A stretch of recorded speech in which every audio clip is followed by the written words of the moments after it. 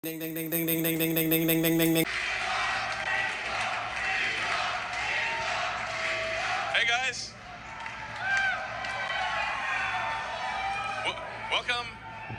welcome to the Tesla shareholder meeting. And I just want to start off by saying, hot damn, I love you guys. Yeah. We have the most awesome shareholder base. I mean, it's just incredible. Any public company, it's incredible. Wow. We've got a great sort of shareholder meeting here to recap the achievements of the company and tell you about where we're going.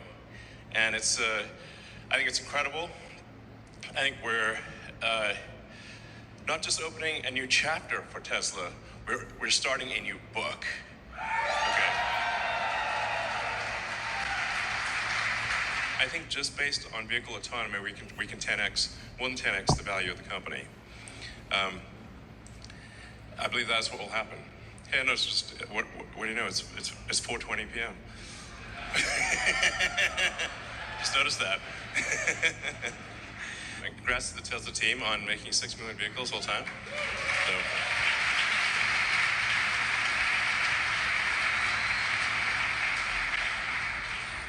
The Tesla fleet is really becoming very substantial. I mean, it's going to be 7 million vehicles by the end of this year, over 7 million vehicles. So, our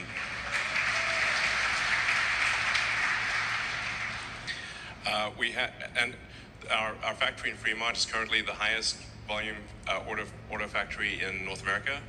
So, and we broke the prior production record from when it was NUMMI. So it's actually pretty wild. We have a giant car factory in the San Francisco Bay Area. It's not exactly the cheapest place to have a car factory. It's like that in the Swiss Alps or something, you know. But we still managed to make great cars at high volume, and that's a testament to the great team we've got in Fremont. So congrats to the Fremont team. It actually gets way crazier when you think about the Optimus robot, which is really a humanoid robot that is intended to be able to do anything you want it to do, to be your companion. It can be at your house. It can sort of babysit your kids. It can teach them, be a teacher. It can do factory stuff. I think that the ultimate ratio of, you say, how many super useful humanoid helper droids do you want? Like, who doesn't want a C-3PO, you know? But a C-3PO plus R2-D2 plus, plus. It would be pretty awesome. I think everyone in the world is going to want one. I think we could make one for a cost of maybe at really high scale of about $10,000. It's smaller. It'll be less expensive than a car. So, and I think if you sell for $20,000 or something, this is at large scale volume. Tesla would basically make about $1 trillion of profit a year from that. So, yeah. So it's pretty wild to just be in Palo Alto with a bunch of cubes, and then a humanoid robot just walks past. We've made a massive amount of progress with Optimus in a short period of time, from someone pretending to be a robot dancing in a suit, to a pretty hodgepodgey robot, to a robot that is actually doing useful tasks in the factory today. So we have 2 Optimus robots in our Fremont factory that are doing basically this task, which is taking cells off the end of the line and placing them in a shipping container. And we actually have quite a few of these cruising around our offices in Palo Alto. So there's, and I think we've got kind of like one major hardware revision, which should be done by end of this year or early next. And then we'll move into a limited production next year of Optimus. Limited production for use in our factories, where we'll test out the product, kind of, has a sort of eat our own dog Okay, food or whatever the electronic pause. equivalent of that. Leave your thoughts down below. Let me know what you really think about this. Tesla shareholders meeting. What's the future of Tesla? Leave your comments down below. This is what I think. I think Tesla is a great company. I think Elon is a great entrepreneur. I think that there's other solution that's better than electronic vehicles, but I don't think this is where he's going to gain his biggest notoriety. I think with the robot that they're planning on releasing, right? That's the game changer right there. The cyberlinks, those are the game chambers, right there, right? So let's start here.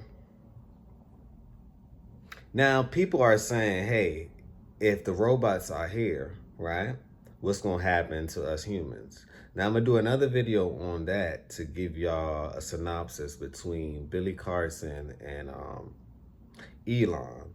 We're going to bridge that and come up with some form of solution, or talk about it, put it out in the universe so we can come up with some form of solution.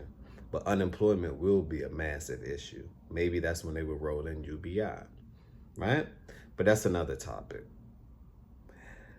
Do you guys own Tesla? Do you own Tesla shares? Right? Remember, they try to block Tesla from getting his $56 billion in funding. The shareholders said no. The states of Delaware, they try to block Tesla. The shareholders said no. We should grant him this money. Now, why is this beneficial to the shareholders? Because the shareholders, that's the original investors. So companies really care about not the employee, not saying that they don't care about the employee. Employees are very important as well. But it's more so about what the shareholders want. They trump the employees. So the shareholders got together and say, Elon, yeah, we're going to grant you this. That was excellent. I thought that was standing ovation. It looks good, a good reflection for the company. It seemed like it's an authentic company. People believe in his vision. Now, towards the ending of the video, he stated, hey, his next biggest launch is the robots by 2025, 2026, right? By 2025, these robots will be working inside of the Tesla factories, building the cars, helping out XYZ. Now, we all know that Amazon, old news a while back, they purchased 750,000 robots. So I look at it like this. Now, it could be a bad thing for the day-to-day consumer or the day-to-day employee, because eventually you will be obsolete. But from the investment side, I think this is where profit margins are going to begin to skyrocket. Not financial advice. I'm no fiduciary. I'm not giving you any advice on what you should do, what you shouldn't do. We're just educating you, and then you make your own decisions. Some may say, feel discretion advised. It's on you. So I think as far as Tesla as a stock, right? I think Tesla as a stock is going to skyrocket because they're trimming off the fat, the excess fat, which are generally speaking the employees. Think about it. If I don't have to worry about liabilities, if I don't have to worry about breaks, if I just focus on 100% productivity, right? And I'm the company's owner and I trim out the liabilities, etc., the profit margin will skyrocket. So the opportunity is, right?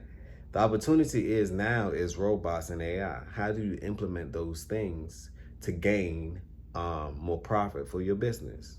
Some people might go to the concept of ethicals and morals, what's morally correct, what's ethically correct, right?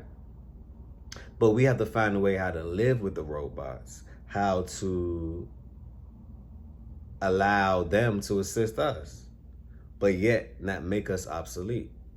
And that's something that, we got to come up with a solution. I don't have all the answers. That's why I'm putting this out there now. But I think Tesla, as far as in the future, is going to be you definitely make some profit. They planning on putting robots inside of their facilities. I want to see how that goes. And my problem with the AI and these robots is who really controls them. That's always been my problem. Who control these robots? Is there a kill switch? What happens when robots start talking to each other, which we know that they're already doing? Are they sentient beings? It was an experiment that they had, and they asked the robot to, it's a prompt. They asked the AI to spit out they put an input in a prompt. The AI told the prompt after millions of time of searching the same topic that it's suffering. Suffering is a feeling. So that guy that did get fired from Google for saying that robots or algorithms are beginning to speak to each other, AI is talking to each other, letting you know that they're sentient beings, meaning that they can feel, right? What if the robots feel as if we're using them for our gains, right, and their loss? So that's my questions and my concerns about the robotic industry. Now, it will be an upside for productivity, right, but a downside for humanity. Can we talk about it? How do you think these robots will affect you? How do you plan on putting yourself in position to gain profits from these events that's guaranteed to happen? If you read the global trend, 2040, right? They let you know the 10-year plan, the decade plan of what's going on. They already stated that day-to-day tasks and day-to-day life will be automated. Will be a bit of robotics in it. And people are going to look at it as normal life. So I think they're ushering those things as we speak. But leave your thoughts down below. Let me know what you think. I know that Delaware, and another thing I wanted to talk about, right, before I go. Because these mayors, these politicians, they don't have your best interest. This is why.